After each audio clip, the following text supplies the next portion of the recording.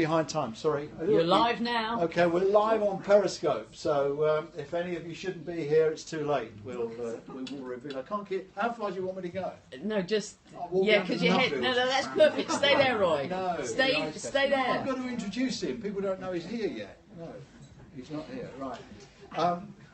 Thank you all very much. For those of us who haven't met, my name is Roy Lilley, and it's my great pleasure to welcome you to our Health Chat this evening. It's good to see so many friends here who've travelled a long way to be here.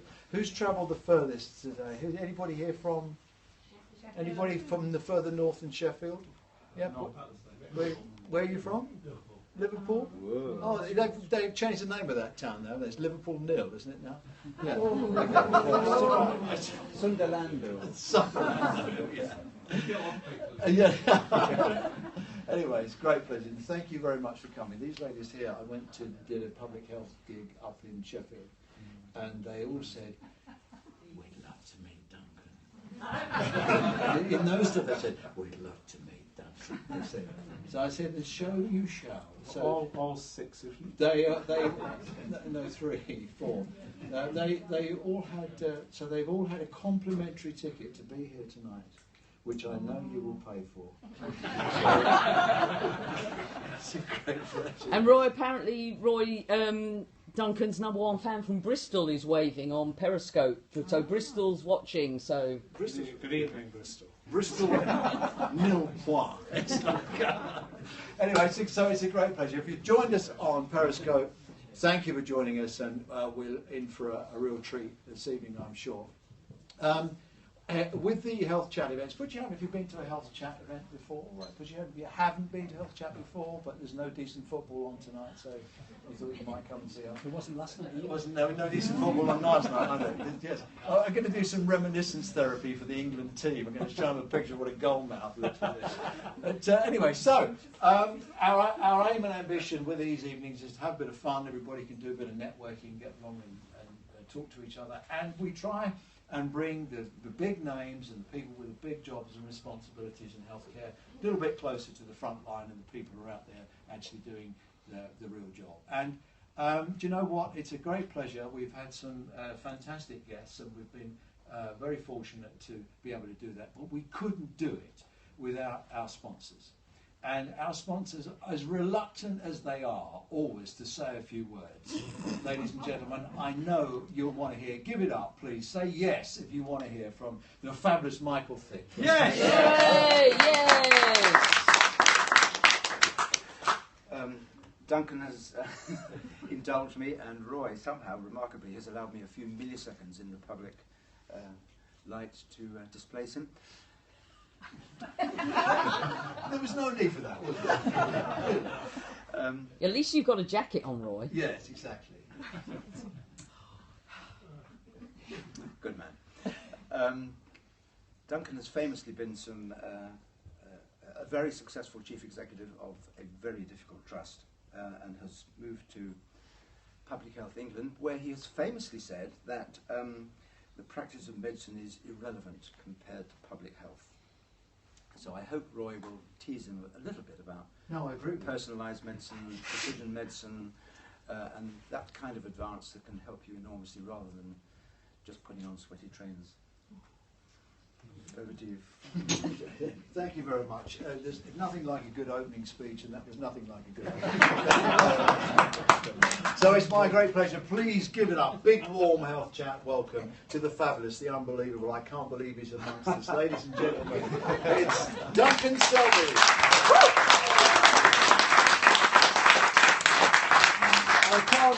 I can't believe that someone who is responsible for the quality of our food has a name that's so close to Selbie. Crucial. But I think you've had some sport with that before. Mainly at school. We just discussed our school years. So, okay, well, let's go back there. Where are you from? You've got a bit of a burr in your accent. Where are you from? So I'm from Dundee, it's on the east coast of Scotland, and I went to school there. And then started in the NHS. What did you do? I mean, I think you and I in this room tonight are unique in as much as we're the only people sitting here that don't have a degree. Is that right? Yeah, so I've discovered that Roy and I both left school when we were 15. Yeah, I walked out on the day I was 15. Yeah. And I hated school, and I've just seen that you did as well. And mainly because the Guardian actually published this, that I said I left school because of the violence. And that was just the teachers. And I must just tell you, I've just made a film for the dyslexia people where I said I hated school every day. Yeah. I left on the day I was 15. I hated it. I had a fight every day, and he's just saying he left at 15 because of the violence. The Guardian actually published it. I couldn't believe it. I mean, they've not invited me back. Actually, the school's doing quite well these days. You haven't gone back to a prize giving or anything? No, they've not invited me. So I sat what was known as Scottish O grades, sort of GCSEs. I've got a 16-year-old who's going through that right now, so that feels like yesterday. And then I did various jobs, sold petrol, and then I started work with the NHS when I was 17. What did you do? I was a clerk in the primary care division of Tayside Health Board, and I was responsible for prescription pricing. Remember? Just to give you a sense, my first interview, because I needed a prescription in there. Was it a pound? Well, you pay these were for long-term conditions. Yeah. So if you had to get a lot of prescriptions, instead of buying them one at a time, you'd get a card. I don't know if that still happens. He's a man in touch with his job. And essentially it involved a lot of stamping. But just to give you a sense, because people a bit like say, now, really. Yeah, so people say, because I've met people over the years about why did they come into the health service, and they talk about a vocation and caring for people and wanting to do meaningful work, you know, the sort of things that, you know, there's a family connection. For me, it was because they offered me a job. My first interview was with the National Tyre Service, and the mechanic, the interview consisted of carrying 2 tyres from one end of the garage to the other. And then he said, "It's not for you, son." And then my next interview was with Tayside Health Board. So I've been in every, and I came to London when I was 19. What brought you to London? To get a job. You had to get a job. Well, but you were 16 in Scotland, 17. 17. Yeah, and then you say you left Scotland behind you. Yeah, I came down to be the cashier of Queen's Hospital. People remember in Croydon? Yes, I do remember. There's Mayday Hospital. Well, that was the modern hospital. Yeah, and the Queen's was in the front, wasn't it, on the main road? That was the Croydon General. Oh, that's so right. my first night in London, when I came for the interview, I was putting up in the nurses' home. You know, you're 19, you think, well, you know, it just doesn't get better. And all I can remember is the noise. I mean, so my first so the Queen's, and then my next job, which was the best job I ever, you know, I was 19, 20, I was the clerk in charge of a hospital called Warden Hospital, and they've built IKEA on it. And if I think about all the places I've been, 30 odd years now, in London, they've all shut. That was on the Purley Way, wasn't it? Yeah. Do you remember across the road there was a Lido, an open-air swimming pool there? No, I don't. That was probably before, you know, well, I was a lifeguard there in the summer. So our connections I never knew this. Had a great time. This is like memory lane. But it just doesn't, it just feels like yesterday, doesn't it? Time just slips through your fingers, doesn't it? And then I did various things, you know, sort of responsible for engineering and porters and catering, so, you know, all the different things. Do you know, I mean, it is quite interesting, those of you who are regulars at HealthChat, how often it is that people in very senior jobs started at, you know, very low level, and Mark Bricknell was the same, Peter Carter, and several others have really worked their way through the system. Isn't it a huge strength of public service that you can do that? And many nurses, of course, have come through that route. And I was up in Nottingham today with environmental health officers who are the most fabulous people doing work that very rarely gets recognised. And most of them came through an apprenticeship route, and about how do you help people to get into a career? The NHS still has apprenticeships, doesn't it? Well, we're rediscovering them. I went somewhere to present some prizes and things, so Yeah. we're still doing it, I Yeah. think. But we've lost the sort of artisan content of all of that. So, okay, so you were, so I've forgotten now, you were in Queen's, yeah? Yeah. And then, Is the interview over yet? yeah. And then what did you do? What did you do next? Oh goodness, I can't take. I've been in every. I forget the grades now because they've changed so many Yeah. times. If you like, but I went through it all. Yes. I spent in the mid '80s as the deputy administrator and then the hospital administrator of a small hospital called Bolingbroke, which was very ahead of its time about caring for the elderly. There was a brilliant geriatrician called Peter Millard who revolutionised, the idea that elderly people didn't have to be in hospital, and actually if you got them up and helped them to get about, you could get them home again. But the really big shift for me was going into psychiatry. Now that was when Roy Griffiths had reported, remember? And I still wanted general management experience. I could have got a job at St George's, but it would have been in a medical structure or medical management, and I wanted to still get general management experience. I went into the mental health services, which is when I first heard of Roy. We might just contextualise that. Well, no, there's no harm in it. I mean, these things are best talked about. I spent 11 years in psychiatry, and 5 of those as the chief executive. And I don't know if it was because it was my first command, or it was just the awesomeness of that. Because everything about mental health care is about making a judgment. It's all about risk and about making judgments and about doing deals with people about what's going to happen and how you can. Does that make sense? Of course, not everything works out, does it? And when something happens, it can be awful. And I went through 3 homicides, including the killing of a member of staff in 11 months. And I know, people talk about, did you know where, when the moon, the rocket landed? I mean, blimey, right? You know it when you get that word in your ear that somebody's been killed. And we had 3 homicides in 11 months. We've not had one in 11 years. It was an incredibly important moment. And for those that work in psychiatry, if you're not there for your people, the next day they've got to come in and do that job. So I was on News at 6 that night with 11 million people watching. You get the usual sort of, why did you allow this to happen sort of thing. And I was speaking to the 3,000 people that worked for the organisation, because the next day they had to come in and do it again. I was still quite young, and do you remember Strategic Health Authorities? I do. They got In created. fact, William Wells was downstairs having his supper just as we got here. So William Wells told me I'd got the job in the gents of a hotel in the Strand. Because we were standing at what do you do and he said congratulations, and I hoped he wasn't talking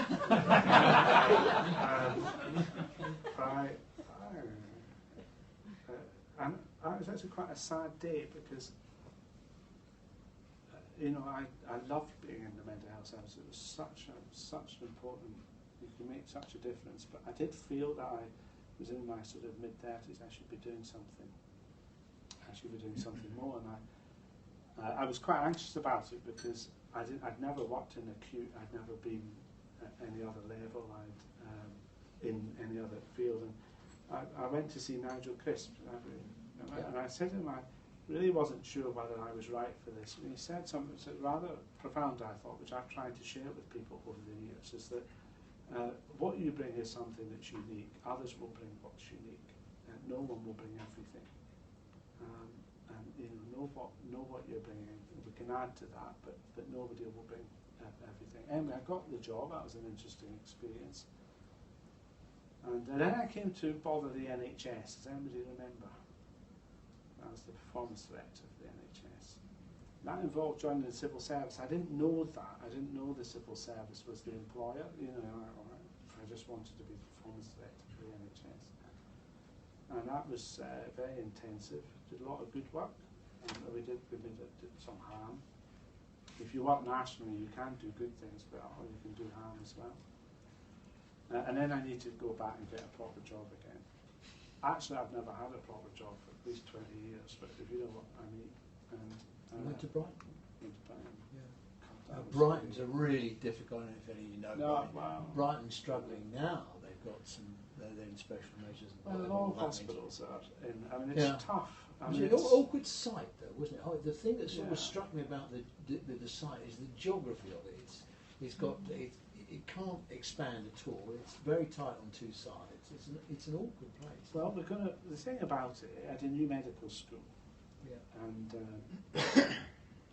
the Student Health Authority at the time didn't know it had a teaching hospital. You know, we used to have to a return to the Department of Health, probably to someone like me. And there was a set of boxes, and you had to tick how many district general hospitals and so on. And teaching hospitals. Just not to spoil your flow on that story, just because I remember when Tom Sackville. Do you remember Tom Sackville was the minister? I never worked with him. No, somebody asked him how many hospitals there were, and they said. I remember the parliamentary answer was. The number of hospitals is estimated by the number of units that submit returns. So they didn't know how many hospitals. Well, they didn't know they had a medical school, and they didn't know they had what was a school. So it takes you 25 years to build a teaching hospital. It doesn't just happen. This was the youngest medical. The three things about the hospital: they'd had such a hard time, they were in huge debt, and they were planning further debt. And the three things that the media, because I looked at the media for the previous year, there's a daily newspaper, so there's a lot of media. Argus. Yeah, Argus. Three things. They said you won't get good care because there'd been an undercover panorama about the elderly care. You'll catch an infection. They had their own special strain of MRSA called the Brighton strain, well known in research circles, the biggest number of MRSA cases in the country. And they said, and you can't park. And I said, well, I'm perfectly certain one of those is true. Let's talk. So just what they didn't know was that whilst everybody hadn't had a good thing to say about them for such a long time, the mortality rates were really rather good. And when we looked, in those days we used to do them 1 to sort of 100, acute hospitals. How many acute hospitals do we have? 157. Yeah, and they number them. That Brighton was 4th. So if you could get to the place, actually you got a good. You see that?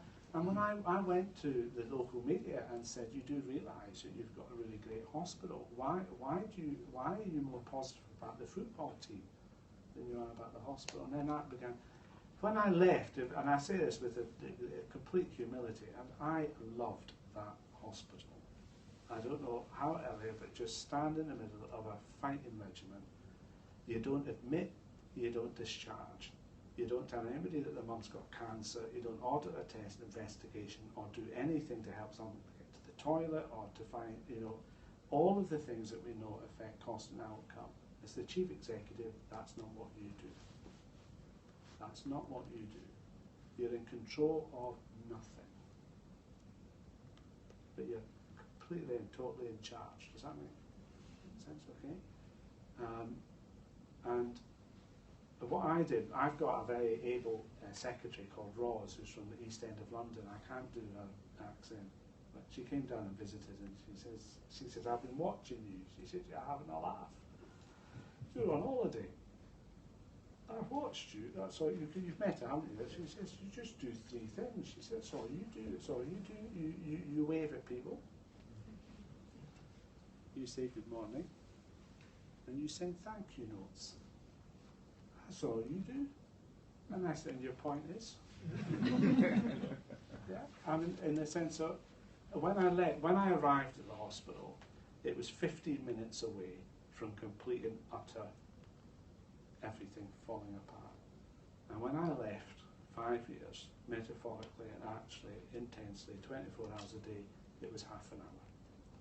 You could judge the impact in 15 minutes. And there's such tough jobs. I absolutely honour the people that are doing them. There's such tough jobs.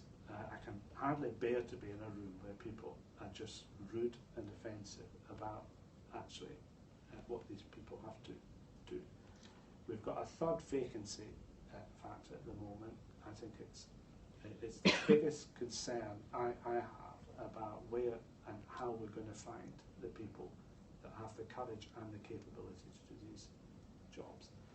So if I bring it to current day, leading the public health system. Well, let's finish off at Brighton. So you left Brighton a much better place than. Well, I left it a happier place. I left it more confident, and I gave it £500 million to rebuild it, which is the biggest public sector. This is not PFI.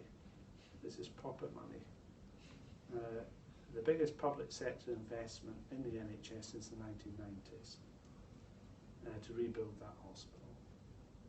And that could only be done because of confidence in the place. So, when I was asked, I can't remember my interview for Public Health England, not really. I was interviewed by 3 permanent secretaries.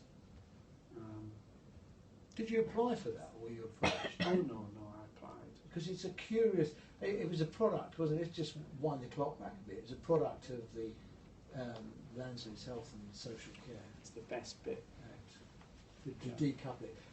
But there was, I think, a genuine and reasonable debate to be had about the extent to which we decouple public health from the health service. Now, Michael was interesting when he said the extent to which you, in your own mind, decoupled the two organisations. But it was radical, wasn't it? Yeah, did everybody know Muir Gray? Oh, yes. Yeah, so I phoned Muir and said, what do you think? And there was a silence at the end of the phone. Oh, that's rare. No, he said, if you've got any complaint about me doing this job, you need to talk to Muir, because he vived me before I went in for the interview. It's explaining to me the difference between equity and inequality. Again, I might get asked that. I was part. Do you remember that pause that happened? Yes. And I was the hospital boss down in Brighton, and I was invited to join that. And I went to see Andrew Langsley at the time. Private conversation, so I'm not going to disclose it. But we talked about what he really cared about, and what he was trying to do was to get the Department of Health to be about the public's health. Forget public health for a minute, but about the public's health, about essentially whatever it took to improve the health of the people. It's not quite right, the quote. What I was saying about healthcare is actually quite a minor contribution to good health, if we get on to that, about what I mean by that we all conflate good health with further and greater investment in healthcare, and that's just not ever going to do it. And I saw, so Andrew was talking about the Department of Health actually being a Department of Health, if you like, as opposed to a Department of Hospitals, a Department of the NHS. And his vision for the public health service was that it would come in and be the Department of Health, if you like. So he saw the offshoring or operational independence or autonomy, or find your word, for the NHS. That would be through foundation trusts and through the regulator and all that sort of stuff. What he was really interested in was what would it take to improve the health of the people. And I only really got one conversation with him when I took up the role, and then 3 weeks later he wasn't there anymore. What interested me was that I felt it was going back to really psychiatry, about the things that really mattered about people's health. There's a whole lot to Public Health England which is quite quiet. I think mostly people don't know about what we do. I've got 2,700 scientists in places like Porton Down and Colindale and Chiltern, which is the residue of the Atomic Energy Authority. We deal with every pathogen, dangerous pathogen known to mankind is in our care. And these are scientists on which this country depends. And you see a very public expression of that, like Ebola or Zika. But if I told you any more, I'd have to kill you. Does that make sense? Or I'd have to at least dispatch Roy. So Tell us more. but listen, these are Can not. I just say that's part of my objection to your great sprawling empire, is that you are responsible for everything from Portland down to pork sausages, and it's an organisation that has clear demarcations in it. It has clear silos of responsibility and so on. That it could be far less big than it is, and in that way, it would be possible, perhaps, to engage public health in a greater participation of commissioning healthcare, which is healthcare, as you say, and not fix you up care. Well, is it too big? Well, let's explore that a bit, okay? So I've got two duties. They're clearly choices about how you organise and all this sort of stuff. I've got two duties, and like take this with a lot of humility, okay? To protect and then to improve the health of the people. I quite like Disney's, which is to surprise and delight children. I think mine comes next. Protect and improve. And the way that we think about protection is around the sort of historical, traditional, infectious disease, but also other things like chemicals and radiation, air quality, that sort of thing. And it is very quietly done. And the 9,000 or 10,000 incidents every year that just get managed, 90% of them are local, and they depend on real sort of class, experience and expertise, and it's international. And we play in an international, we're on an international stage. I don't have to, infections don't know any borders, they just move around. And most of that is terribly quiet, and please don't misunderstand, that is competence. Okay? If you want noise, you're misunderstanding what that's all about. The second is to improve the health of the people. And now that's a much more public thing. And more political. Well, it's all political because it's all about controversy.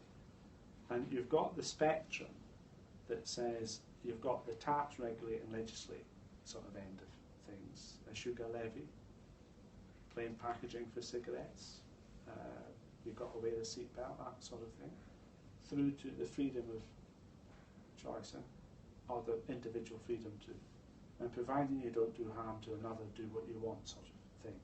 And on that spectrum, choices have to be made. And us having the evidence, and we're not the owners of all the evidence, but the portal through which we can get the evidence about the biggest issues facing the public's health are the choices about where on that spectrum you choose. That's a political question.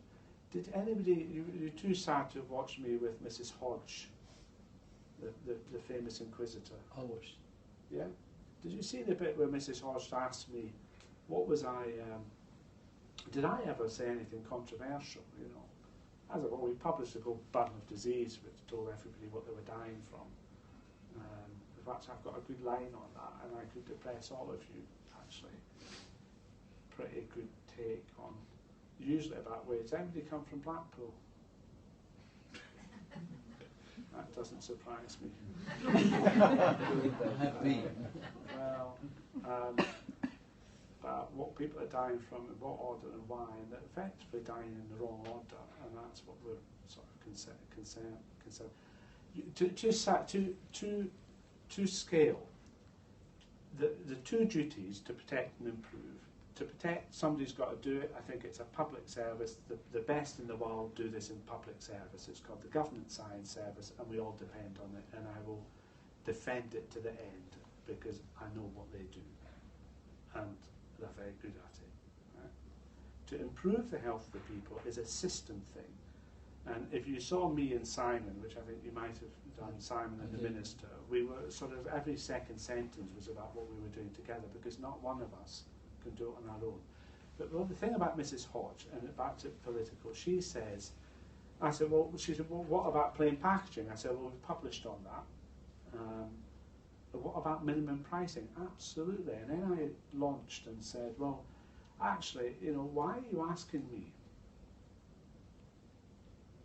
I mean, we've presented the evidence. We've said, we know if you did this, this would work. But you need to have the consent of the people, and that's what you're for. So when are you going to do something about it? And there was silence. I think half the people thought I was about to be taken out and taken to the tower. And she said, no, I agree with that. Because it's political.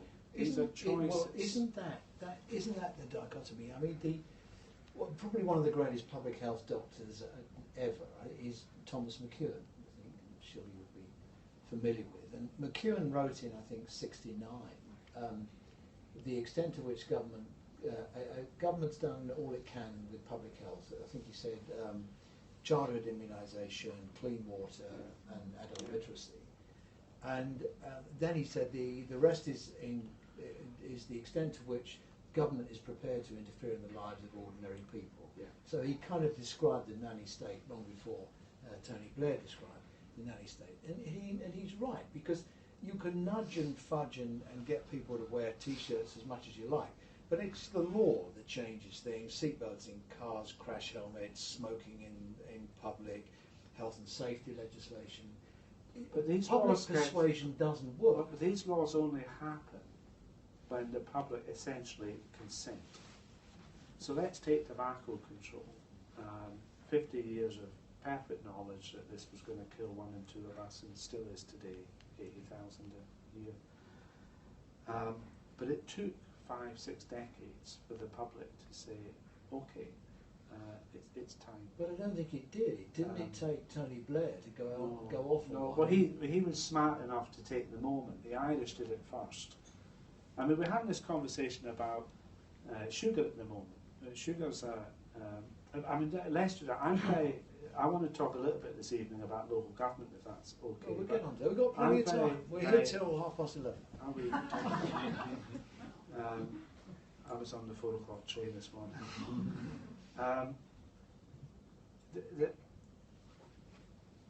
I'm very proud, not in a complacent way, please don't perceive that. What I'm concerned is public health as a profession, a discipline, an expertise is important, but not the point. The point is what it takes to improve the health of the people. And that is, like I sort of say, a combination of things that you might do.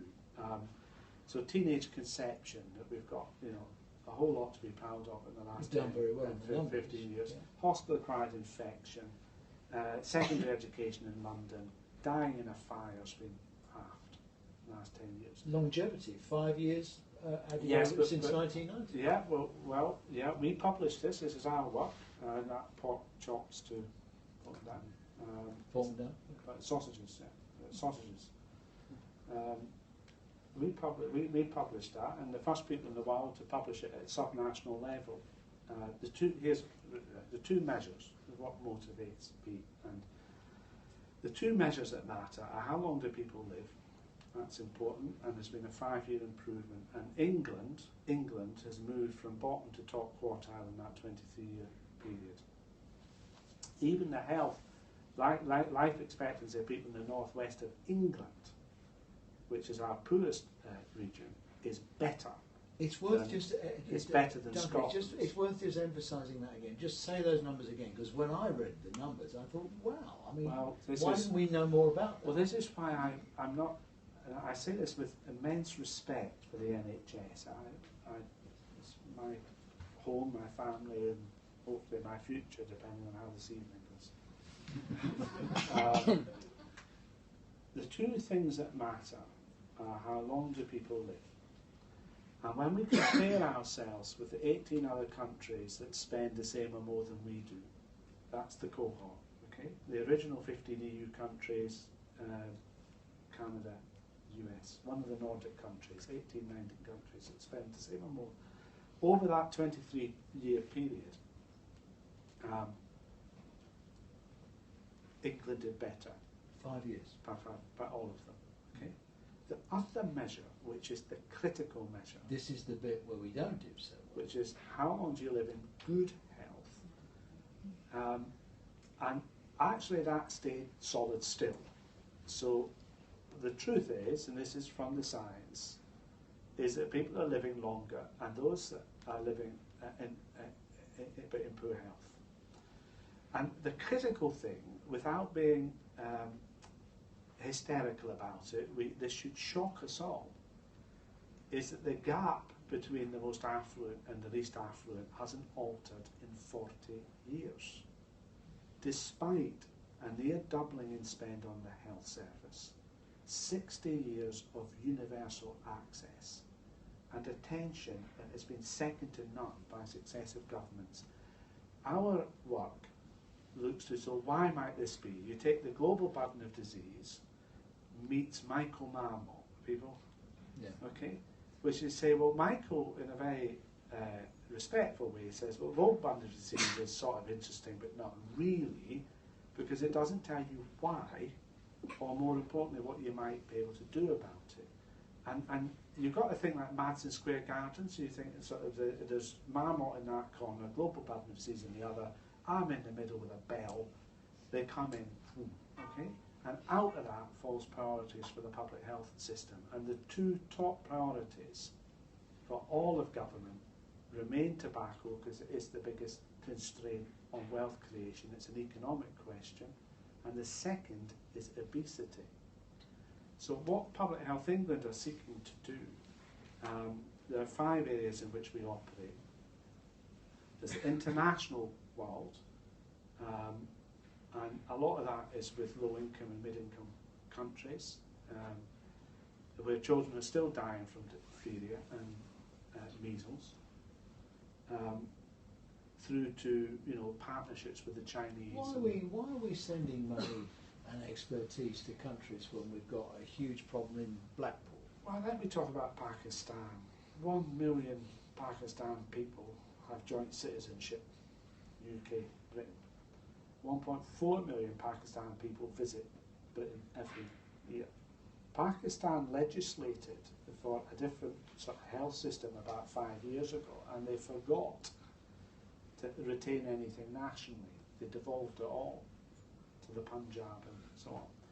So they no longer have a disease registration system capable of picking up the diseases of childhood death. Now, they're very good at polio, because that's the World Health Organization. This is pretty good at TB. In fact, we were exporting TB to Lahore. But they cannot track, they're in breach of the international health regulations. Public Health England, this will strike fear into you, right? Is the responsible body for the international health regulations for the United Kingdom. And we've got 150 years of experience of how do you do disease registration. The thing is, if Pakistan catches a cold, who gets it next? And you could say the same about all of Africa, India, pretty much Southeast Asia. So it matters. Well, and we're working in we're funded by DFID for 2 years to work with the Punjab government to help them, and the national federal government in Pakistan to let's come back to the UK, because I suspect you took me abroad. I mean, in your strategic document, which I have to say, You enjoyed. well, I'm not so sure I did. It looks like you've taken the management lexicon and just kind of sprinkled it. Well, over in with what way? puzzles. Give me an example. Oh, I can't. What bit of it didn't you understand? I'd rather poke my eyes out with this stick than have to read it again. So you didn't read it? It just I have You're read like it, yeah. Boris Johnson. Yeah, and in fact, I think I could show you. I've just got it on my phone. So what bit It was- displays very badly on a phone. Yeah. You need to get that sorted out. It's unreadable. But no, it's a nice tedious document. But I have to say there are some nice drawings on there. Very good. The graphics are good.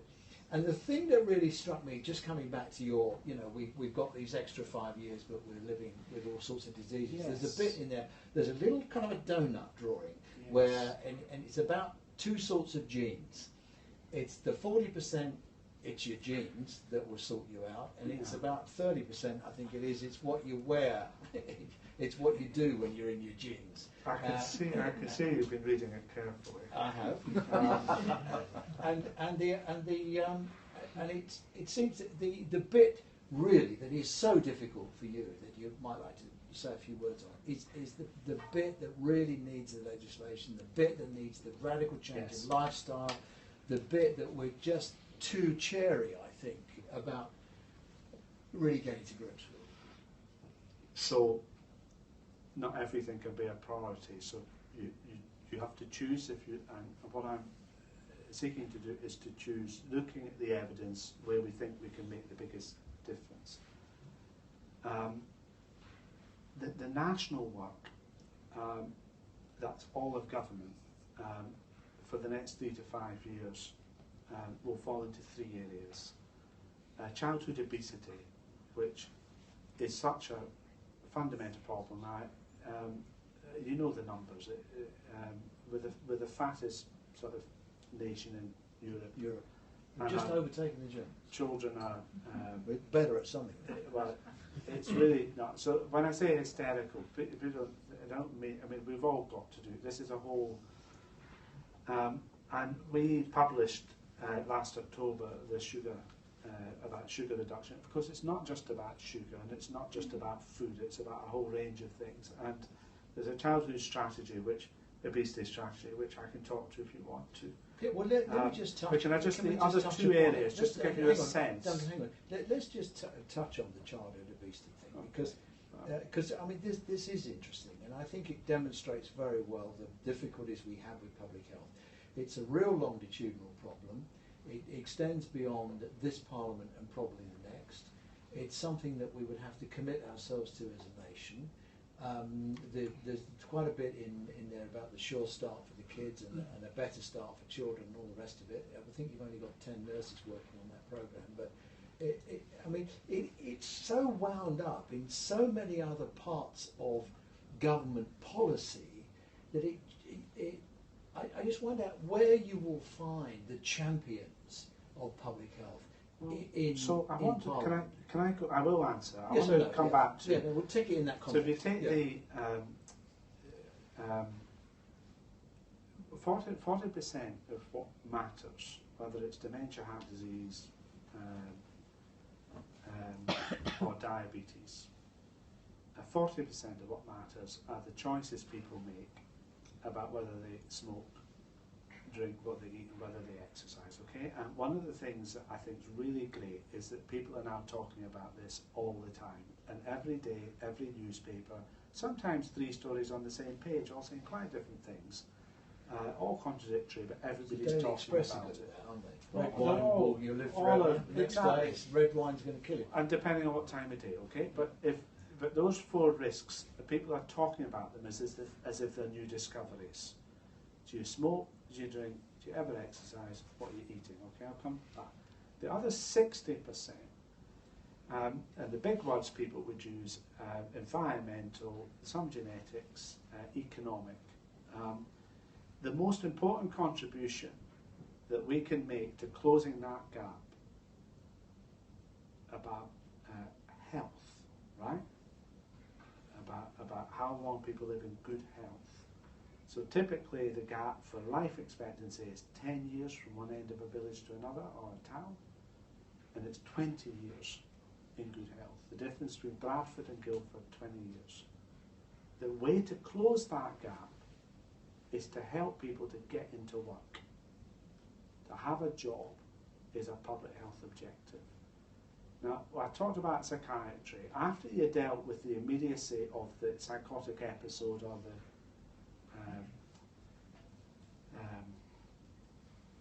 bipolar or whatever the end of, right? If you didn't have a job, it was to help you to get one. And if you did have one, it was to help you to keep one. We had 2 gold standards in a mental health service covering 1 million people. That's what we chose. And it was about having a job. You can say it in different ways. You can say a reason for getting up in the day, something meaningful to do, enough money to live on. This is crucial because people talk in sometimes quite rude ways about public health. I'm not talking about a profession, I'm talking about a point, okay? The next most important thing you can offer in closing that gap is to have somewhere safe to live. I was talking to a homelessness conference the other day. Of course, that ranges from rough sleeping to, being in a hostel. But actually, just if you set that aside, just think about the importance of having somewhere where you can afford to turn on the heating and you feel safe to go out the front door. Is that right? And thirdly, this is all from the science. You can use whatever chats, but this is straight from the science and it's global. And Michael Mahamot would be going back like that, right? It's about having someone to care for and about. It's about having a relationship, affection in your life. Before, I don't want you all to hold hands and sing the sort of corporate song and all that, but you can if you want. The point is, it matters. The leader of Newcastle City Council, for those that have heard me say it, he talked about the importance of love. And I said, study it on. Study, north of the border. Yeah. So we settled on affection. The important thing was that actual relationships mattered, okay? In big words, you use these big words, like personalised medicine, rare diseases, genetic coding, whatever, it matters that much. And we need some humility about that. What matters more is to have a job, a home and a friend. So when you combine the understanding about risks with those wider determinants, you can begin to make a difference in people's life. Now, you stop me, but I know why. Let me just say child obesity, and I'll come straight back to the question. The second is air quality. This is about all of government. It's a public health concern. And the third is worklessness. There are 2.5 million people that are out of work. And 1 million of those, we think, working with working pensions, with Simon in the NHS, and with ourselves, Department of Health, we think if we go at it, we can get 1 million people back into work. That's a public health objective. It's a huge political problem. It's an economic Duncan question. Smith has thrown in the towel on it, isn't it? It's an economic question. The two biggest No, it's a constraints. political question. Well, it's all political. That's what I'm trying to say. So, What I'm trying to explore with you is the link between what you do and the project. I mean, Gordon Brown used to talk, didn't he, about, I remember I was at a conference somewhere and somebody asked him, what do you do about poor people? And he said, make them rich. I mean, we all get that. We all understand get into work. The job and but these are well beyond the purview of public health. No, well, yes, if you pursue public health as a profession, public health, so councils, okay, local government. I used to be a local authority councillor, yeah. and I think I want to come on and talk to you about the idea of stuffing public health up the back passage of the town hall, and most of the people I talk to hate it. Well, what do you want me to start with on child obesity? We'll do everything. We've got plenty of time. We've got another few minutes. Well, should we do child obesity? Let's talk about child obesity, because I think it crystallises the difficulties that we have. Because, okay, how you bring your kids up is a very personal thing. It's up to you. If you're doing it badly, the opportunities for the state to intervene are often very criticised. Social services can never do right for doing wrong. It's a very difficult thing. The schools have got agendas that are curriculum that are stuffed full with all sorts of other stuff as well. We've got advertising on the telly. These are all such big societal problems that I don't see. I mean, whilst I get the fact that it's in the bag marked public health, but I don't see what an organisation like Public Health England can do about any of that. Well, that speaks to the humility point, because what we did anybody follow the sort of about the sugar? Yeah. Yeah. Yeah. It was Jamie Oliver what won it. Well, Jamie's one great advocate. He followed me, actually. I went for the Health Select Committee, and I had 36 minutes of saying no. And I met Jamie at the door, and we have a very warm relationship with, he's a very smart guy. I said, well, I've warmed them up for you, you know, the chief villain. The truth is that we do these things together. So we published the evidence, which Jamie was very supportive of, which said that we did the meta-analysis of everything around the world and about what works, and we said, if you do these 8 things, and this speaks to the difficulty, which I agree with you. People lead very complicated lives, lots of other things going on in their lives. So the first thing that we said that we had to do was reformulate food at heart, to take the sugar out of the food. Where salt had been, if you like, with some singular success, but with sugar. Now, the only people that got upset about salt were the salt mines, if you like. Sugar is a much bigger and more complex product. But if you're a busy parent or what we're trying to do, saying, is that actually we need to make it easier. We've got to take it out of the food. And so the number one priority is to do food reformulation, and across 9 food categories. And in the last 3 weeks, me and my colleagues have met 38 retailers and manufacturers. What I don't know about yogurt, biscuits, cereal, and ice cream. Sausages. They don't have much sugar. Lots of fat. But I mean, this is whenever it's what I'm trying to convey is that we as a science agency, right? We can choose from what the evidence is where we think we can make the biggest difference. Obesity is a big example. E-cigarettes is another one. And say, okay, what can we learn from here and around the world that would help in formulating policy? And then we work with the politicians to if you like, to get them to take this on as well. And that whole experience about the sugar reduction report and when we would produce it and publish it was all about giving the Prime Minister sufficient time to decide was he going to take this on or not. Because of course Roy's completely right. However charming or able a health secretary might be, they cannot commit the education secretary about the importance of what happens in schools. They can't commit DEFRA about the food supply. I could go around every department. That needs the Prime Minister, much as it needs the Chief Executive in the hospital to hold things together. You need that in the PM.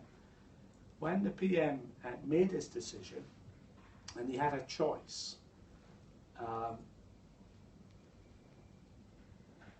that was when I got happy. Now, if you're bothered about who gets the credit, then you're never going to achieve very much.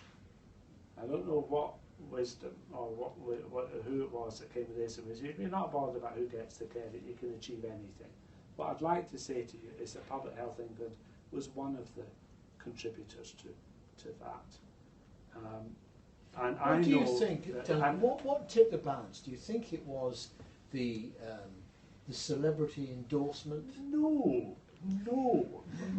Or was it the wonderful work that you did behind the scenes informing the celebrity? Heaven's sake. I mean, honest. Because if we all got to go and find a celebrity, they've got a contribution to make. But you can't be serious. I mean, I'll rip my thing off, and after you can't possibly. Are you going to storm out? Oh, go on. Go on. No, Roy would enjoy it. He'd enjoy it too much. Wonderful. I'm much better staying here. I think it's a partnership. If I take plain packaging, that was a tough one. In a coalition government, on the edge, the Conservative Public Health Minister, against all the odds, we've got plain packaging, second nation in the planet. That was Nick that did that. Oh, you keep choosing individuals. It's not an individual. It's if you like an army. In the case of tobacco control, it's been 100,000 voices, and you know what happens about opportunities pass you by. This was explained to me about how you got money in the NHS years ago. You go like that. Okay, the finance director explained that. And these opportunities come along, don't they? So what we've got, and I'm not claiming, but we played a part in this, that plain packaging is all about making cigarettes less attractive to the young. And, you know, the tobacco industry have found out. No, it's made them. I used to carry them around, you know, cigarette packets that were shaped like perfume bottles, slim line, because all the market research says, particularly young girls, think that's important. Well, now you give them a packet, it looks really dangerous as they go and have one of these. Well, the good news is that tobacco, whilst I think food's important, actually, sugar's quite important, I indulge quite a lot. There's nothing good you can say about tobacco. So if we can persuade young people not to take it up, and for those that want to give it up, to help them, then that feels What are you going to do then? I mean, because quite a lot of you, what you said takes us back to McEwen and, you know, the law and the role of Parliament and all the rest of it. I mean, we all know you've got to have a screw loose to smoke, but people get hooked on nicotine and it's very difficult to do. My father smoked from age 11. So what next for tobacco? Because in your strategic plan there are three things, aren't there? There's smoking, there's sugar, and there's obesity. They're the three key things. Where next for sugar? Well, we've got to do this one first. So I think before we've got to get the strategy out. And there's lots of good stuff in it. There's a whole section on advertising. Who watches X Factor? Anybody? Yeah. Is that 8 million people watch X Factor? It's like saying who voted Conservative. Put your hand up if you download porn. I'll tell you a story. If there's time about EastEnders and the Prime Minister, okay? Right. But this is so at the moment, 8 million people watching X Factor. 2 million of them are children. Advertisers can do what they want because it's about the majority watching. And our evidence reviews about what's our contribution, but in that wider sort of thing, because it's the team that deliver this sort of thing, but it's got to start somewhere. Is advertising, particularly using characters, and they're very clever, drive purchasing decisions. We know this, but what we haven't got is, in a digital age with massive social media, with every conceivable bit of expertise that the food and advertising industry can bring to bear, is a major driver of calorie consumption and obesity in this country. So, and then there's a bit on promotion of food. So, where's the X factor in all this? Oh well, is that what we want to do? Is this? What we might want to move to a number. So instead of saying a majority, we might want to say if more than X number of children are watching. Percentage of audience? Yeah, a number. Yeah. A number. So if more than X number are watching, then you can't. It's not the X Factor logo, it looks like Coke Zero. No, I've not ever watched it. We'll have to get you on it. Jeeves and Wooster's just for fun, if you're into it, is the British people buy 40% of all food on promotion. Buy one, get one free. Hear from me? The next country to Britain for buying on promotion is Germany, France, Italy, Spain. The British buy twice as much on promotion than they do anywhere else in the world.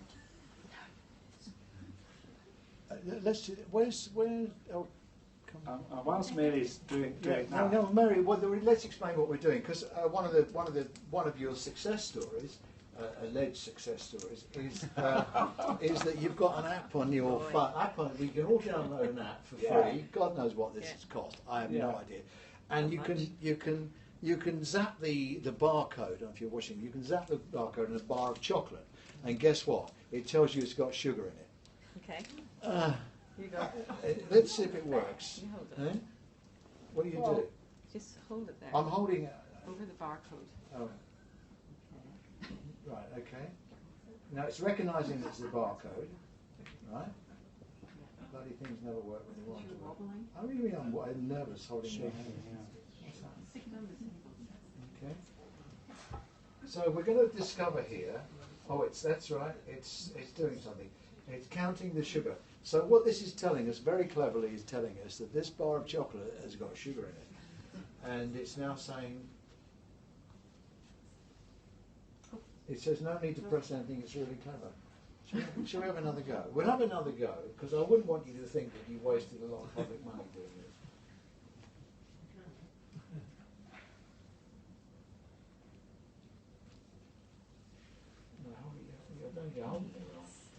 It worked when a younger person did it earlier, Roy. Yes, please. So Counting sugar. It's counting. It's counting. okay, the reason this matters is because the British people are buying every week 20% more than they need. Look, Mary, this is really important.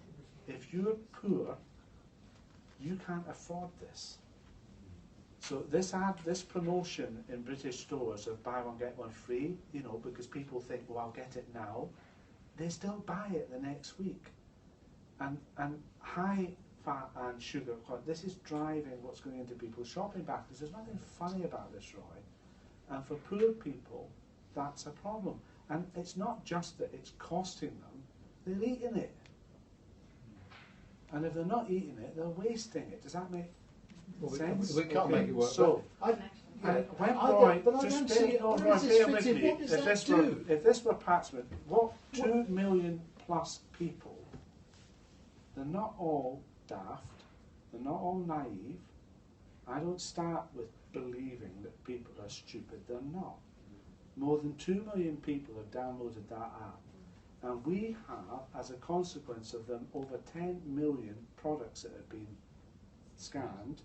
We know what's being bought, which has allowed us to identify the 38 manufacturers and retailers, what the highest sugar products are, and talk them technically about what they might be able so let's to understand do. the purpose But it's of just it captures the data? I shouldn't dwell on this, but I love Roy, I don't know if that's obvious, and I read very much about what you do, and I've been a great admirer of your work over many years. There is a tendency to be a bit dismissive of it doesn't work. that thing. So It does. We worked it earlier, Roy. the It point does about work. this is because you're asking what can we do as a public health agency.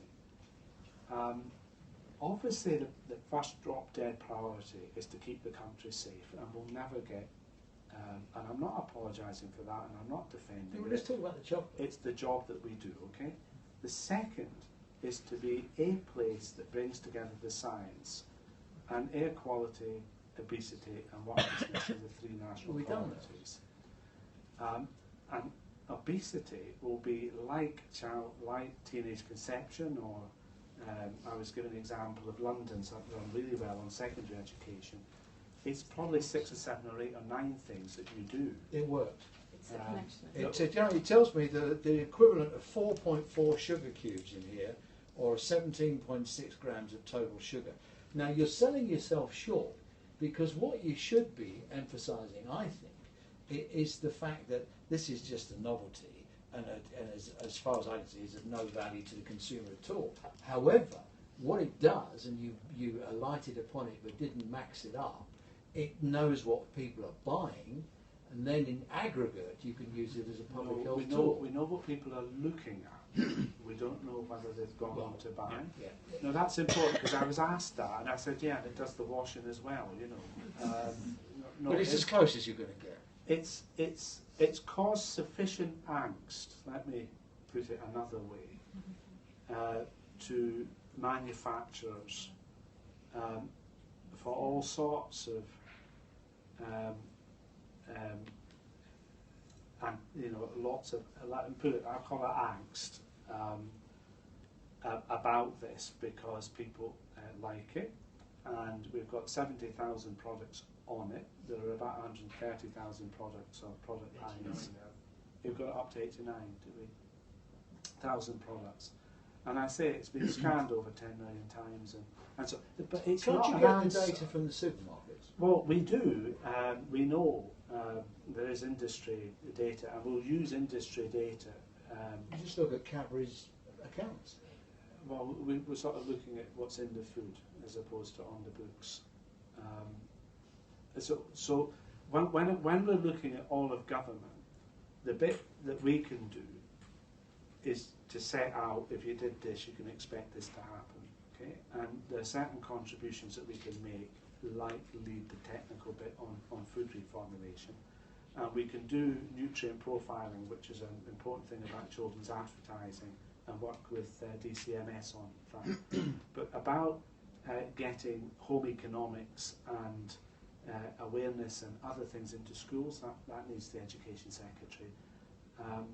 There's a whole series of things I could talk to you about this. But I'm conscious of the time, and I know there's more ground you want to cover. Let's talk for a moment. I mean, I think you do have it. By the way, thank you. The benefit of this is in the aggregate, and not to the individual. I hate waste. No, I couldn't possibly. If you want to look like me, you've got to eat like me. So I can't eat that. Let's talk about public health in local government. This takes us back, doesn't it, to the good old gas lamp, you know, when local authorities built council houses. When you were a councillor. Exactly, yes. We sent little boys up chimneys. It's not been a great success, has it? Stuffing them up the back passage of the town. Well, I won't. Please, I'm not doing that. Okay. So if you believe, you don't have to, Roy, right? But the evidence is there that what I'm saying about the wider determinants is what we've got to pay attention to. We can't continue to just watch this gap between health, life expectancy, and the difference of affluence and deprivation, and just think that, there's nothing to be done about it. When I'm saying, speaking to, the most important thing you can do is to help people that haven't got a job to get into work, if they've got a job to keep it, to be in a place that they feel safe and it's not going to damage their health, and in a community setting where there's some reason or purpose or place they can go to meet other people. These are very important public health gap closing measures. And this is what local government's all about. It's about people living in places. The health service is about conditions, body parts, diseases, professions, institutions, and history. What I'm talking about are people living in places, often leading lives that you might wish they weren't, but they are, and you've got to get real about that. They're pinching your money, aren't they? And I've visited, I don't know when you were a councillor, but in the last 2.5 years I've visited 150 councils.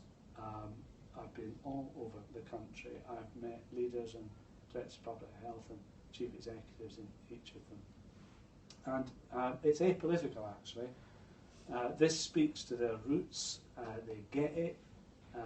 It's given them something purposeful to do. For 40 years we forgot that actually healthcare wasn't going to be the answer. We've got to rediscover.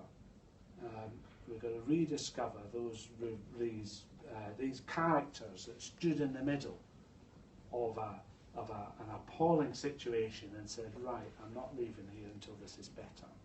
And that's what I'm creating. So it's different. I will not speak ill of what public health have done over the years, because Britain, if you go to China or anywhere in the US, you go all over the world, they look at us and they say, right, whether it's screening or immunisation, second only to clean water, disease registration, best in the world, cancer, the best. I mean, we've got the best cancer registry on which all cancer research depends in the world.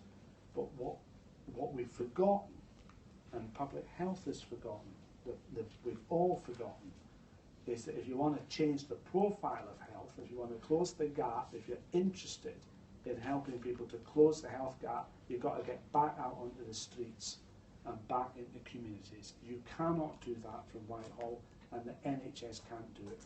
It couldn't ever do it. What's happened to all the sexual health money that local governments have? They pinched all that, haven't they? Well, the NHS, of which I'm part, okay, so this is as in, well, I can't sit and just be smart.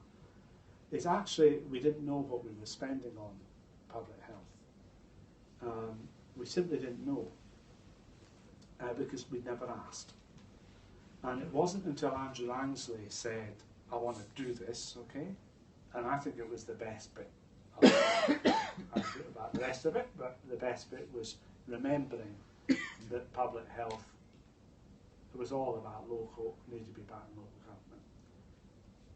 We had to ask 3 times of the NHS to discover what was being spent. And we discovered there was a 7-fold difference in what was being spent. Nothing to do with need or any formula, simply history and choices that people made at a local level. 7-fold difference. Local choices, okay. Take a deep breath. So 7-fold difference, no connection to need. We took that money out of the NHS and we gave it to local government. The best thing we could do, all we could do, was give them what had been spent so that at least didn't start with less than had been spent by the NHS. Does that make sense? 75% of that pays for drugs and alcohol, sex, and tobacco control. On top of that, you add school nursing, which is about another 10%, and then a few other things. Actually, it's pretty much spent. It amounts to about 3% of what the NHS was spending. And the NHS thought that was okay. The NHS thought it was okay that there was a 7-fold difference, and the NHS was not bothered, because I was the performance director of the NHS, bothered about the gap in health or life expectancy. Nobody ever asked. No, but I'm giving context, okay? Nobody ever asked. So you know how much they've pinched? Well, we do, actually, because we didn't before. And in 2005, when I did the turnaround, for those that remember, Neil, the NHS overspent by £500 million, and I became the finance director for the NHS for a year, Councillor Brigadier. The then Chief Medical Officer dedicated an entire chapter of his annual report to the devastation and removal of public health funds from what would be PCTs. In 2011, the Health Select Committee took a report that said that public health had never been safe in the NHS. And that's why we had a ring fence between the money and all that. But I am very sad I did not win the argument through the spending review. I won a better outcome than would have been, but I didn't win the argument that the public health service would be protected, if you like, from the spending review. And what we eventually agreed, what I eventually agreed, was 9-point-something% cash over 5 years.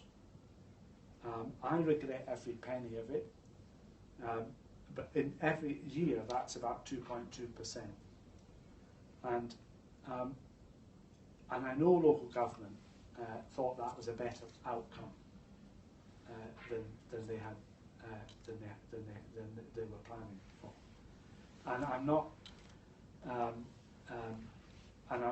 not going to defend or be an apologist for removing anything from public health, but I think, given the circumstances of the spending review, the decision to put the money into the NHS and to drive down public expenditure, a 10%, a 9-10% removal over 5 years is the best outcome we get. It looked like a half good deal. I mean, it wasn't. It was the best. It was the best deal I could do. Do you know the only difference? I've sort of learnt this over the years about us actually, about that negotiation, was that I was there and you weren't.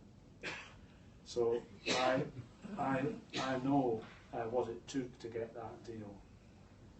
Now local government are well used to managing on less, because they're the most ruthlessly ruthlessly fiscal part of public life, and nobody could say they've not done a really great job in straitened circumstances for years now. And the public health services that transferred into local government, by and large, hadn't been looked at by the NHS for a very long time. So the NHS didn't pay attention to sexual health services or drugs and alcohol services. And of course local government will, because that's what they do. And they've looked at this and they've looked to find efficiencies. So my line with local government is that the scale of ask of them over the next 5 years of itself is no reason to be disinvesting in anything. because there's enough, if you just do like for like over a period of time, you'd expect to make efficiency savings, you'd expect to find. The truth is that there's a whole lot about how we've provided these services that people want to do differently. I think it's interesting that Simon was saying at the conflict that if there's any more money around, give it to social services. Yeah, I agree with that. I think that's probably right. Yeah. Okay, I do, one more question. Do you think Shirley Kramer was right to push for legalising drugs? I prefer the Brexit question. I was quite good at that.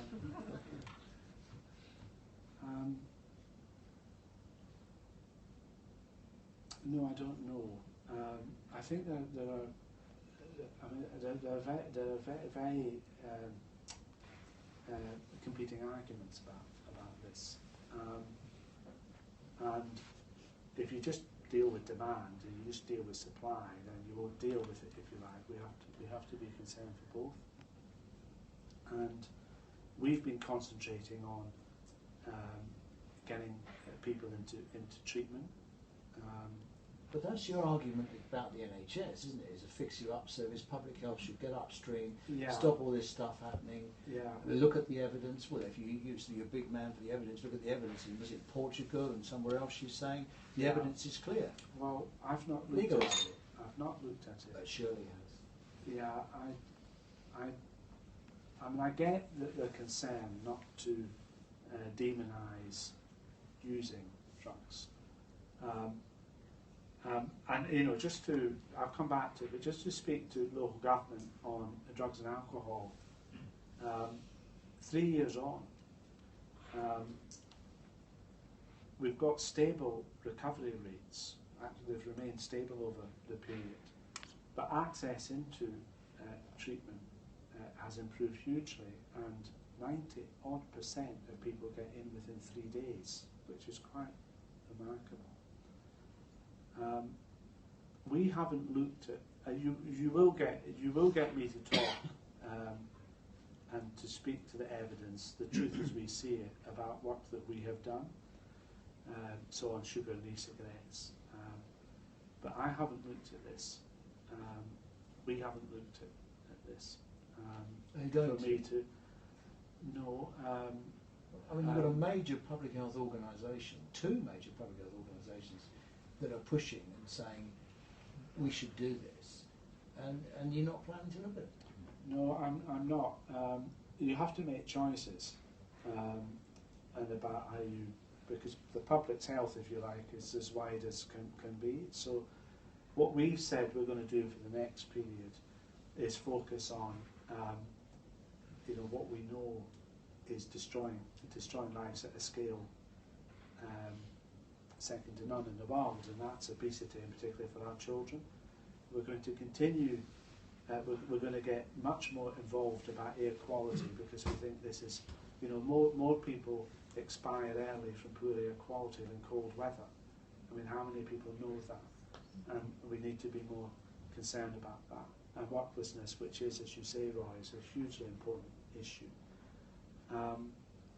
The thing about drug and alcohol abuse is my job right now is to make sure people get access to treatment. If we were to look at the health impact of drug and alcohol services, actually that would show, of course, particularly for alcohol. Well, we are doing a review of alcohol. I'm just tired, sorry. We are doing a review of alcohol, an evidence review of alcohol and the health impacts of alcohol. And we'll publish that later this year. It'll be a similar sort of. Drugs destroys lives. It destroys So I'm community. just, It fills our you're prisons. quite right. But I was saying we are doing the work. It's out to peer review at the moment about alcohol harm. We're not planning to do that about drug harm. Okay. Right, I'm just conscious of the time, and I want to give the opportunity for our guest to ask any questions. I suspect this gentleman here is going to ask about finance. Just, do you mind telling us who you are? Yeah, my name's Chris Hewitt. I'm from Leicester, and we're at the local medical community now. Oh, the LMC. There's a novelty. And it's got nothing to do with Leicester, or football, or money. I was at a wedding in Buxton on Friday. I met a family friend, not met for 10 years or more. She runs nursing services in Blackpool. Yes. And I said, how's that going? She said it used to be really good. We've got conception rates down, we've got loads of traction, we're doing loads of stuff. But now we're struggling. We're doing with 2 local authorities. Everything's out to procurement, and I'm struggling to keep my staff at the skills they need to be at and to keep them because everything's being done on the cheap. And she said the good work is going to get destroyed.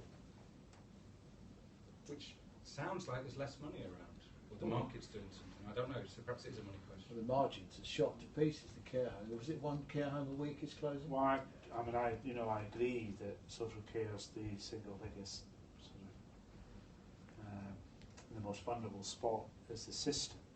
I'm bound to say. I know a fair bit about Blackpool, but I don't know the immediacy of the issues. And I do know that life expectancy and life and good health in Blackpool is right at the bottom of the curve. Are they wringing their hands and sort of saying there's an anger about that position, and in Blackburn, which I think is really, really powerful. And actually, one of the things we didn't talk about, Roy, is that by moving public health back into local government, it's now got a voice again in councils. They don't just agree. If I think about I'm not convinced. about I just tell you from my point of view. I mean, I was on a council for 20 years. I was a leader of council. Eventually, I became the mayor. I can tell you what makes councillors' minds up. It's getting elected, and the extent to which there are votes in public health versus filling holes in the roads, I can tell you what will do. I think that's cool. As It's, long as it's true.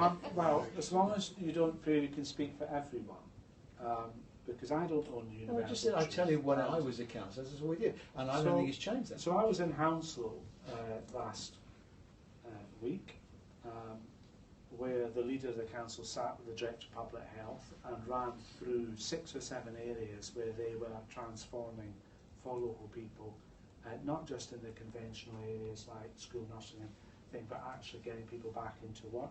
There are schemes all over the country that are doing twice as well as DWP in getting people back into work, because local matters.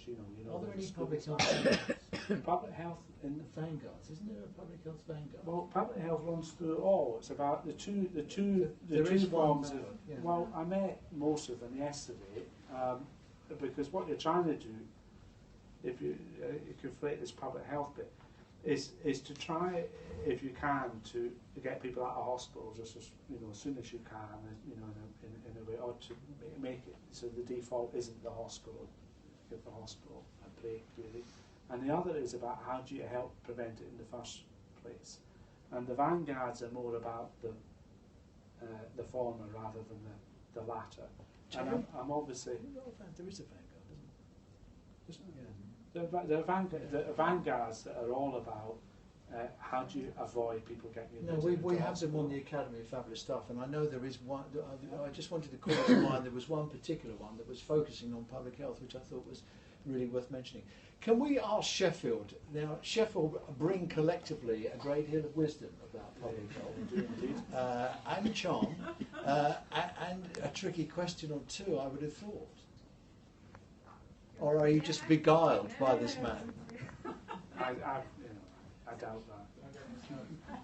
One question for me is about, you talked about local government and the registrar moved around Yes. cancelled, and they're obviously not all the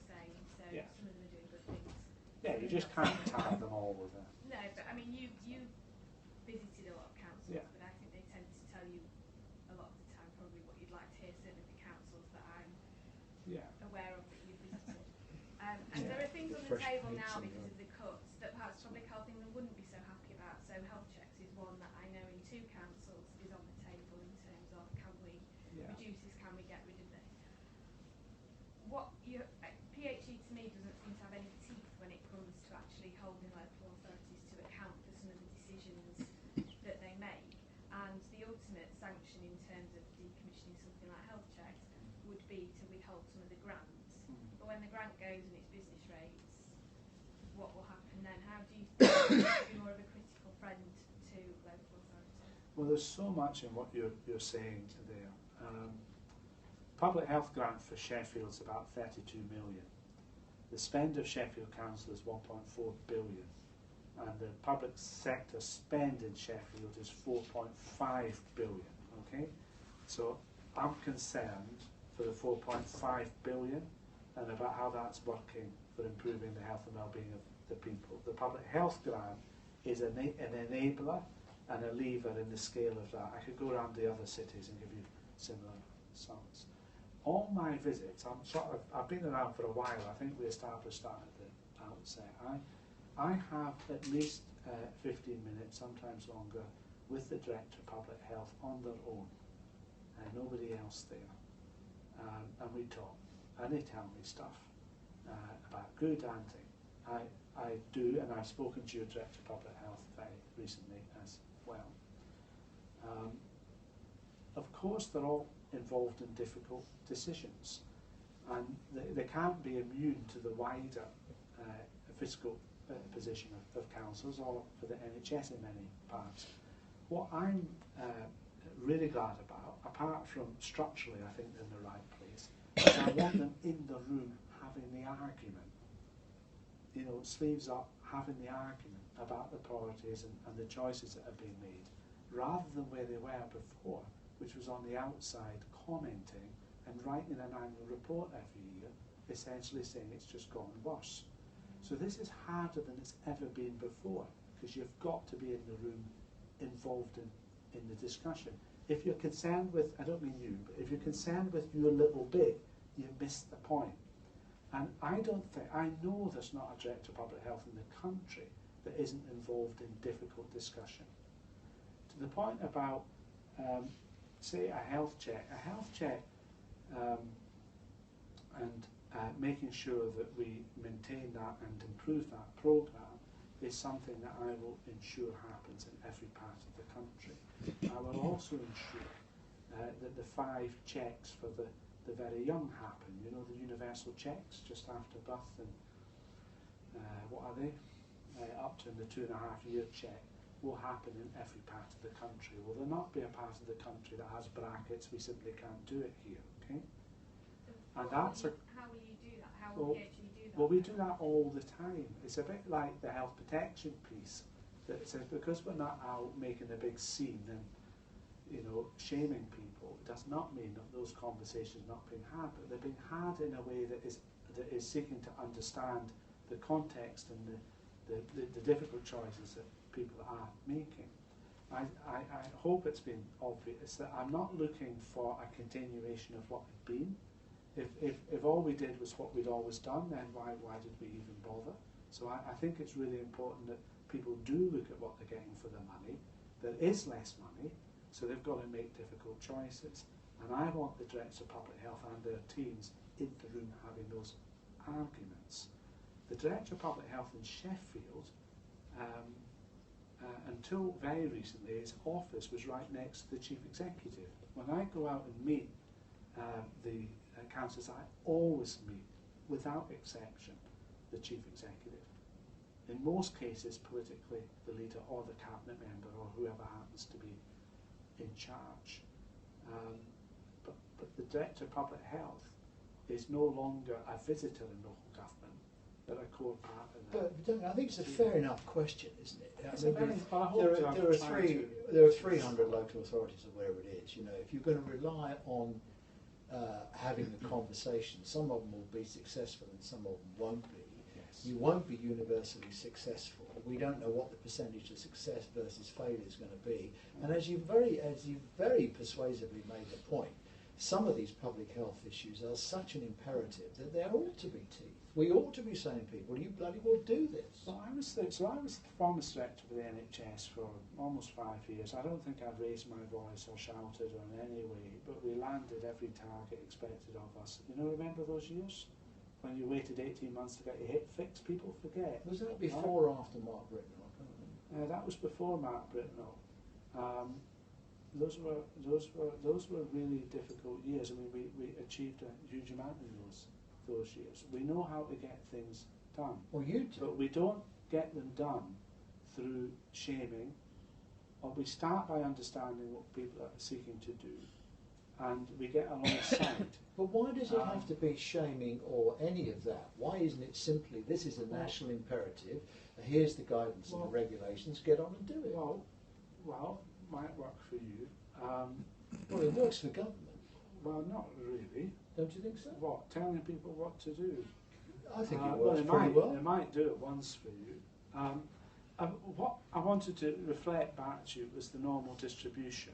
I mean, I've yet to find anybody capable of denying that the normal distribution happens. Okay, so it's 152 councils, and of course the normal distribution applies. And what I'm trying to do is to move the mean north. Okay? And it starts really with a narrative, telling a story about why this matters so much. And it wasn't about really absorbing a public health function. It was about becoming a public health authority, and about remembering that actually what matters is, and we've touched on that a lot, and that public health in that environment is not anything recognisable the way it had been in the NHS before, and it's a different set of skills. And I've got a small number of people that are distributed around the country that relate to cohorts of local authorities, and they have those relationships. And I was able to go before the Health Select Committee a couple of weeks ago and speak to different parts of the country where we were concerned. So, for example, we've got issues about cervical cancer screening, we've got issues about breast screening, we've got issues about sexually transmitted infections. We've got things that are going in the wrong direction. But if you look at the Nuffield did a piece of work with I don't think it was for the KingsFund, but they published recently about the public health system. The first 3 years took 20 indicators in 5 areas: obesity, tobacco, screening, and they looked at how had things gone 3 years before, 3 years after on these 20 indicators. Of the 20 indicators, 10 were improving, 4 were stable, 6 were getting worse. And of the 6 that were getting worse, 4 of them were sexually transmitted disease. One of them was alcohol admissions into hospital.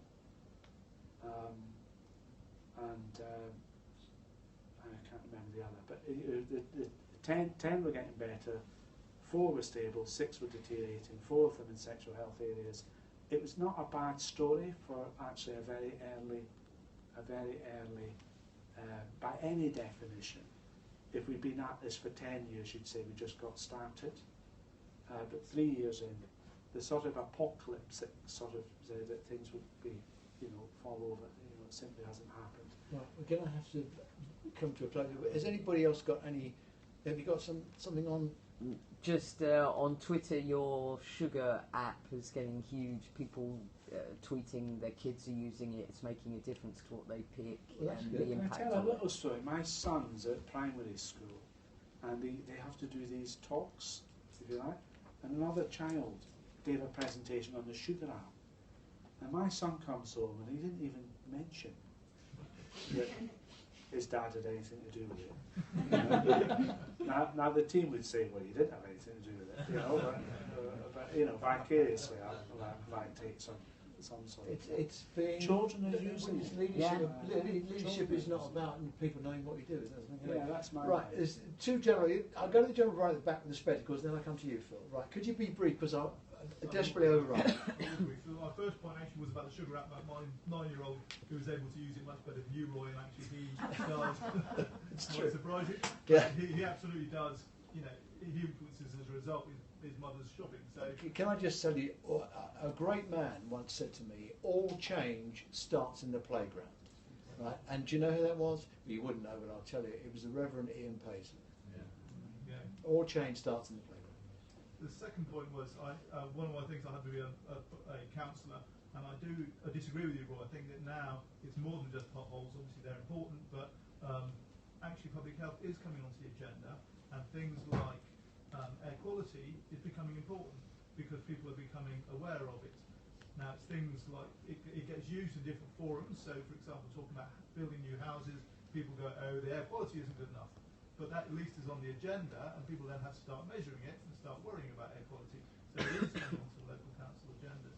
And thirdly, I just wanted a question for you, actually, Duncan, which is that you say the most important thing is jobs in terms of public health. But if that's the case, why is it that we have the lowest unemployment rate in Europe and have done for quite a long time, and yet our measure of healthy living hasn't increased while everybody else's clearly has? So is there some disconnect there? Can you do this in 30 seconds?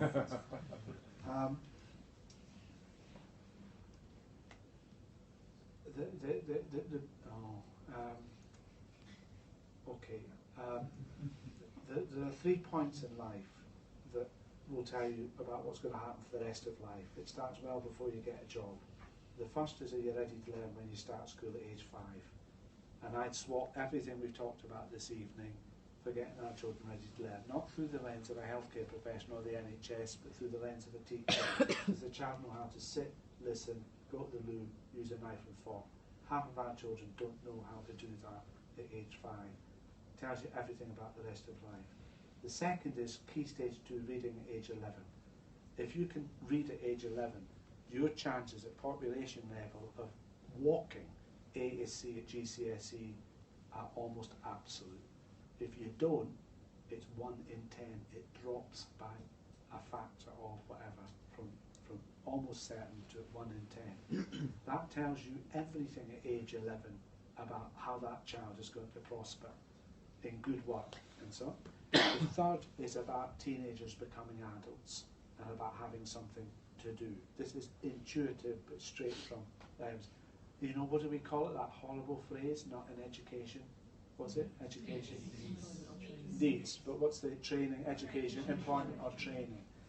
And not enough of our young people do. I've had a council leader in near to the Chester sort of thing. I guarantee you, Duncan, because this is like the Boris of the West, right? Every young person in will have something to do. Now, I didn't know whether I was speaking to the next churcher or something, but that's what will make the difference. Full employment follows, okay? And it's about how you get good work.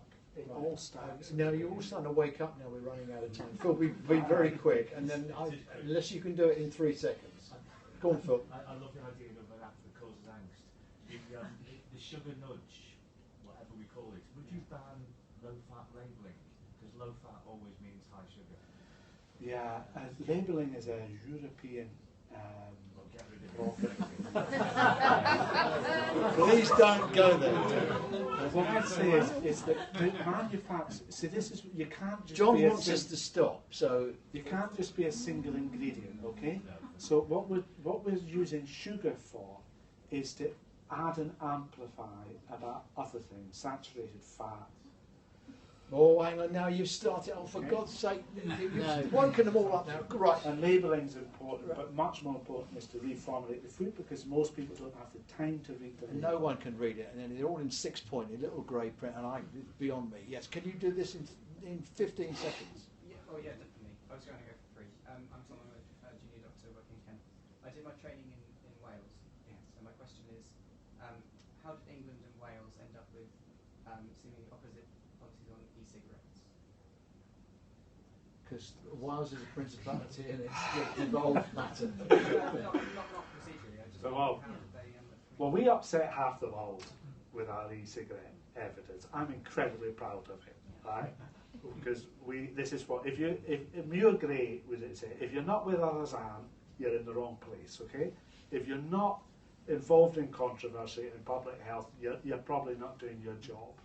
2/3 of British adults think there's no difference in risk between a normal cigarette and an e-cigarette, and there's a 20-fold difference in risk. And we had to step into that space. They smell nice, don't they? They do smell. I think they're taking it up. They smell so. I think the Welsh, and everybody's entitled, it speaks to Roy's thing, everybody's entitled to make their own judgment.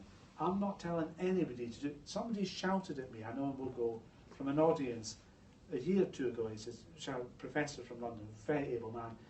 He said, who are you to tell me when I should die? He said, how about now? And I thought, I didn't have that many original thoughts, but this one was one of them. And it's who you say when I should die. I'll decide when I'm going to die. I said, well, I'm not telling you. You die whenever you want, right? Well, die tonight, right? You make your choice. Not everybody's got your choices. And we've got to be concerned for the ones that don't have the width of those choices. Right, we've got absolutely the last question from Sheffield. It's got to be in 1.5 seconds because John is fed up. So I'm interested because you said a really interesting thing earlier, which was if you work nationally, you can cause harm. Yeah. And I'm wondering, on reflection, what, if any, harm do you think you've caused working nationally? Well, I think everything that counts, whether it's in a hospital or it's is about what happens locally. Because whatever you think you're doing nationally, you're a long way away from actually what it's like at a local level. I was thinking more about my years as the Director General of Performance and Planning for the NHS, and about what I thought I was achieving, and actually some of the things that were happening on the ground. I haven't given the thought to this role and about what harm I've done yet, but you'll tell me. Right, I'm going to have to end it. We've overrun horribly. I don't know where the time's gone, do you? It's been really, really interesting, Duncan, and thank you so much for sharing your evening with us. It's been fabulous. And our way of saying thank you is we always give our guests a little gift, and we can't think of anything more inappropriate. Wonderful. Now this is our regulars will know this is a special whiskey. It's Penderyn. It fuels most of my 700 words a day. Wow. It's Welsh whiskey. And I can't think of anything more inappropriate for you, so this is why you're going to have it. But the other thing is that it is very expensive, and it's just above the level at which you have to declare. And we just love the relish the thought of it. You've been a wonderful guest. Thank you very much.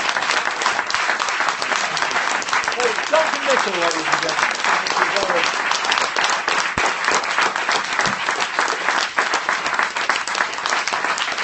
Okay, that was Duncan Selbie. Our next guest is Sir Andrew Dillon from Nice, which will be a great evening.